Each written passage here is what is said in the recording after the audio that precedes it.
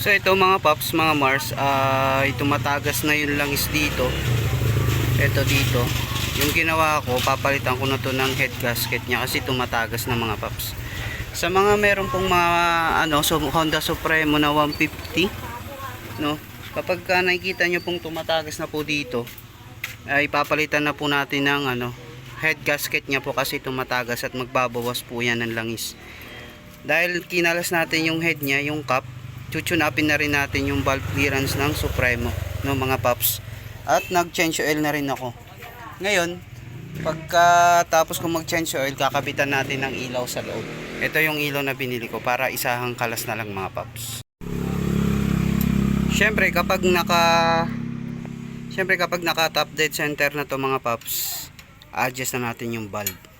At dito makikita nyo nakati. Ibig sabihin yan top dead center. Sa mga magagaling mekaniko, ito po ay DIY lang po, no?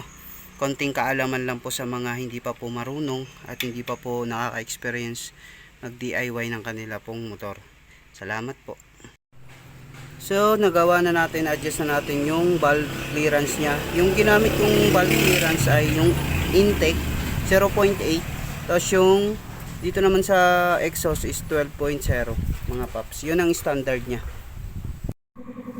So ito mga paps, hanginan ko siya kasi inugasan ko ng dishwashing. Inugasan ko yung loob niya kasi nga madumi. At para matanggal yung mga nandun sa mga suot-suot na butas, hahanginan natin mga paps.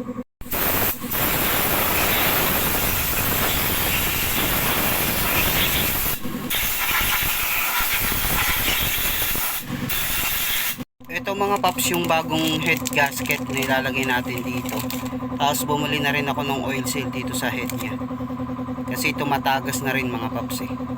Yung paglalagay nito mga paps, susundan mo lang tong gatla. Madali lang siya. So ayan mga paps, nilagay na natin. Ganyan lang siya kadali yung paglalagay mga paps.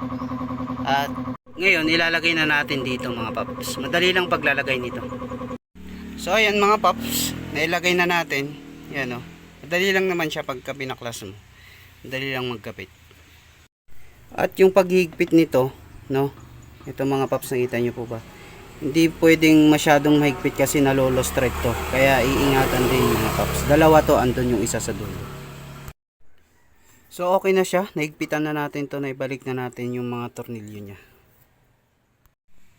So yun mga paps, kaya nagpalit tayo ng head gasket ni Supremo at tumatagas na talaga, no? Ito pagka nakita nyo yan, ayan, malutong na kasi siya mga paps, ayan, oh.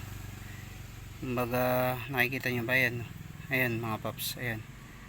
Ayan, oh. Ano na siya, malutong na, kumbaga, napupunit na, ayan.